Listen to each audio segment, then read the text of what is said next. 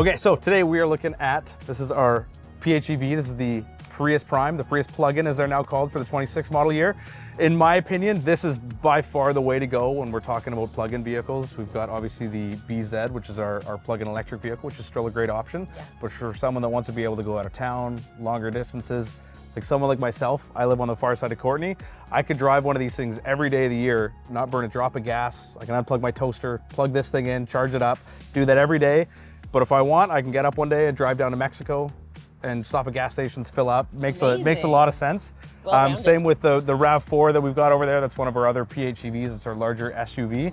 I get really excited about these. I told my wife that once our 4Runner's paid off, this is one of the next vehicles that we're gonna get because I'm sick of paying for gas. And it's this super is sharp a good too. option. Like it's really sharp. Toyota's done a really good job. Before people heard Prius and they're like, oh God, Prius, all right? I don't want one of those. Toyota's kind of gone above and beyond. It really made them sleek, kind of appeal to the younger generation. I think they've done a good job. I like them, they're comfortable. Probably one of the funnest vehicles to drive in our lineup. It sounds really silly, but they're really, really fun to drive, like a little go-kart. Has some punch. They're pretty great. Yeah. I'm gonna start off with the gear select because it's a little different than a conventional vehicle. All these plug-ins and hybrids and all that, they kind of have their own little gear set. So if we were to want to put the vehicle into reverse right now, it's kind of showing us in this little diagram how that's done. Wherever we put this little shift lever here, it's always going to go back to this position here.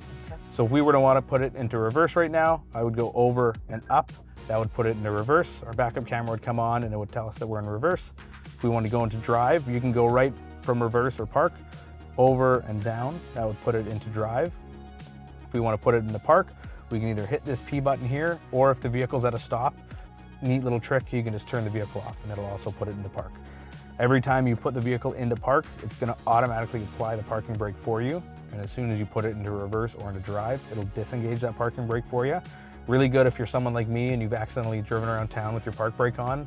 You're not going to do that and burn up the park brake in this vehicle. It's going to prevent that. They give you a button because you can also manually turn this on and off if you choose.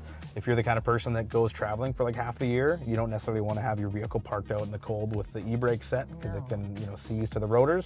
So they give you the button there to give you the option of turning it off if you want.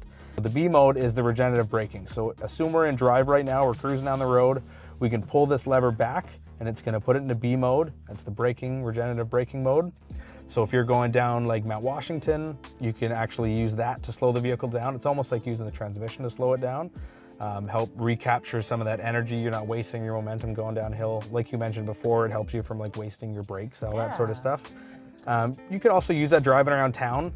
When you come off the throttle, it's just gonna feel like the vehicle is kind of braking for you. It's sort of slowing down a little quicker than it normally would because it's trying to recapture that energy using the electric motors to slow down. Toyota gives you the option to use either a regular drive mode, that's the conventional drive mode that more people are gonna be familiar with, or the B mode. So if you're a little more used to the EVs and whatnot, you can take advantage of that and not waste your energy. Different drive modes here. You've got a sport mode. I was, when I first started showing people the sport modes in these vehicles, I felt a little funny because I'm like, well, who wants sport mode in a Prius?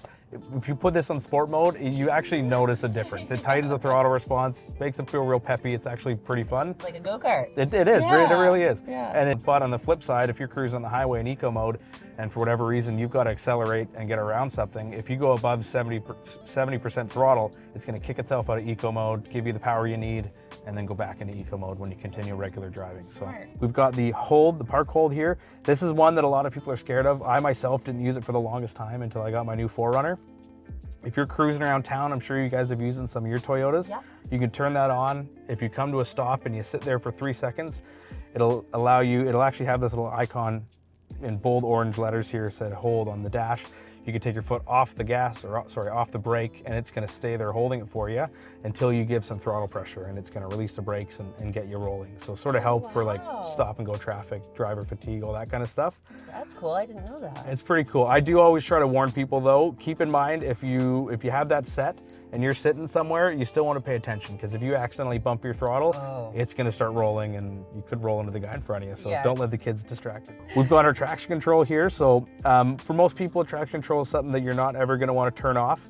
And then lastly, we got our hybrid mode select. So right now we're sitting here, the vehicle's in hybrid mode. The gas engine's kind of be idling, turning on and off as it needs. If we want to lock it into EV mode, Just click that button there and it's gonna lock the vehicle into its electric drive mode. Now keep in mind, if the battery depletes past that light blue goes into that dark blue, it's automatically gonna kick itself into hybrid mode, but you're able to lock it into electric mode for that duration.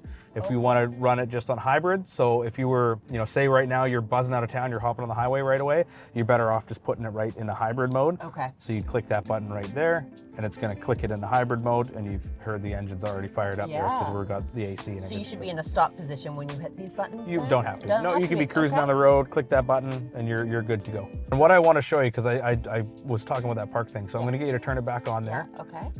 And then leave your foot on the brake. I'm going to put it into drive. So right now it's in drive, park brakes off. Go ahead and hit that stop start button again. It's automatically gonna put it into park. It's gonna set the e-brake for us. Amazing, and the doors unlock. Absolutely. Yeah. That's the cool thing about these Priuses is for someone that doesn't have any knowledge with EVs, like you could just throw the keys to your friend and there's nothing special. They don't need to put it into any specific mode. They don't got to worry about the battery dying and the vehicle not going. It's automatically going to set itself in a hybrid mode if it needs to. You don't have to plug it in. You just have the option to plug it in if you want to benefit off that electric battery. Otherwise, it's just going to operate like a hybrid. So there's nothing special about it. You can just let anyone drive it and it's nice and simple. And that right there, is that the battery powered? Yeah, so that's indicating that you got 75% charge. And then below that, it's showing you that in the current mode that you're in, which is the EV mode, you've got about 825 kilometers of range. So that'll involve either using up your battery and then switching over to hybrid mode. And you've got roughly 828 kilometers on it there.